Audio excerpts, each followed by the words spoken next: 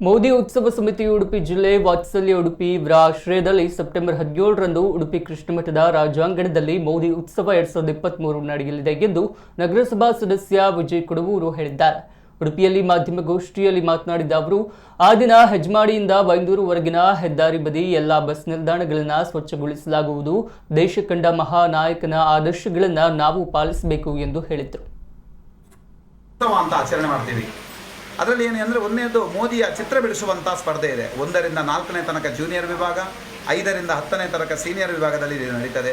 ಎರಡನೇದು ಏನಂದರೆ ಭಾಷಣ ಸ್ಪರ್ಧೆ, ರಾಜ್ಯ ಮಟ್ಟದ ಭಾಷಣ ಸ್ಪರ್ಧೆ ಇದೆ.